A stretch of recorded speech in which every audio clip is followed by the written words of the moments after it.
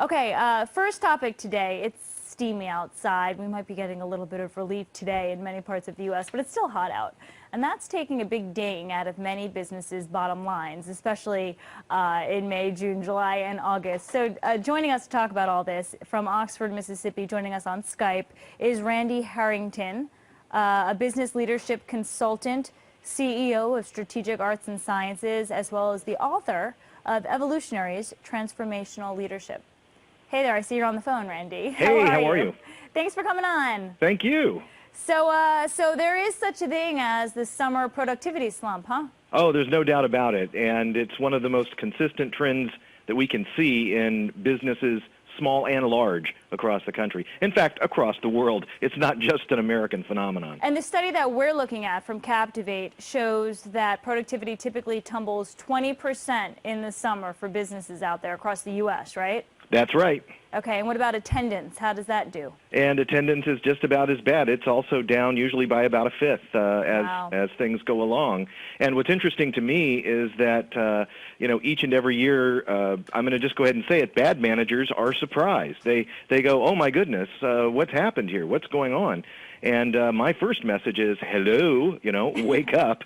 This is not news. Right. And what you need to be doing is anticipating this and figuring out ways to work with your teams more intelligently. Okay, so let's talk then about some of the tips where we can, A, make sure our employees are present during the summer, and then make sure they're also more productive. So what can you do if you're a business out there to make sure that you're getting something out of your workers? Well, I think the very first thing to do is to not begin to try to solve the problem in the middle of the summer. Okay. Candidly speaking, these problems should be considered in January or typically at the beginning of your fiscal year. So recommendation number one is work off of an annual calendar where you anticipate these seasonal dips and account for them both in terms of staffing and productivity as well as what you want your employees to be doing. So rule number one for senior leadership is work off of a calendar and make sure everybody knows what that calendar is. Mm-hmm. So that, for example, in the summer, you might have more special projects in place. You might have more employee development programs going on in place. Yeah. Right? Those are some good tips, right? Just realizing that your workers are going to be thinking about getting to the beach and getting out of the office early on Friday than their daily tasks. So. Well, Lauren, you're exactly right because, the truth of it is I think the big reason we see such a profound shift in the summertime is employees are asked to choose between their families and work. Mm-hmm. And look in your heart and which way would you go? If you've got kids coming home or kids that are not in school and now you have to deal with those kids not in school, it changes your life. If you've got family coming into town or there's opportunities or pressures for you to go to weddings or who knows what, right. You're constantly being asked to choose between work and family. And that's just a really difficult thing to do. So another tip would be you've got to empathize with that tension.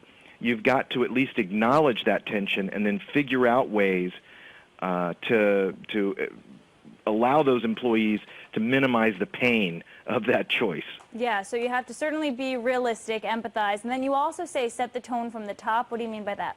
Well, I mean that there's just no doubt about there's interesting research that shows that if I see Mr. Smith, my boss, coming in at 10 and leaving at 3, and he's wearing his golf shorts on the way out the door, there's just no doubt about the fact that I'm going to ditch out of there as quick as I can. But Randy, doesn't he deserve to do that? He gets paid the big bucks.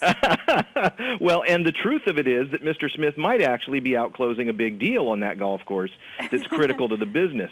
And so there has to be communication about that. Set the tone from the top, and you've got to really over communicate in the summer of how people are producing and what's going on, so that people trust that it's not just me who's getting saddled with all the junk work. Right. Now that said, one more quick tip, and I think this is the more powerful one. And that is that this is a huge opportunity in the summertime for managers to go ahead and identify top performers, opinion leaders, the people that are doing great work all year long, and go in and sit down at their desk and say, hey, you know what, July, we're going to be really thin. I've got 4 people on vacation. I really want you to be our manager of the day all the way through July. I'm going to give you some coaching in June on what I want you to do, and then on August 1st, we're going to sit down and debrief how that went. Well, I can guarantee you that if you do something like that with someone who is looking for an opportunity to step into management or grow their career development, that person is going to be on it. They're going to be coming in early. They're going to be staying late. They're going to be making sure the job gets done. Yeah, that's an excellent point. The steamy summer weather is your time to shine and say, I'm here, I'm working hard, regardless of what my friends are doing down the shore or whatever else it is. What do you say about company and outings? Would you recommend them for the summer? You know, my feeling about fun is great, but the sensibility that I get in corporate cultures across America, when I go and talk to employees, is they roll their eyes and they go, oh my gosh, it's just one more thing to do. And, you know, please don't make me go to a party. I don't really want to do it. So my tip about fun is, yes, absolutely make work fun, but make work fun.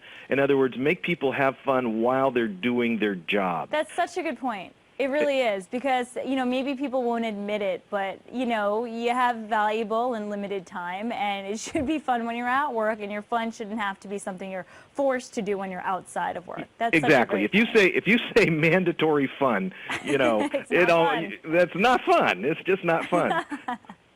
Well, Randy Harrington, you certainly were fun. Thank you for joining us. We'll tease your book right now so people can see it. Evolutionaries, Transformational Leadership. Thank you so much for coming on the web show today. Enjoy your day there. Thank you, Lauren. In Mississippi. Appreciate it.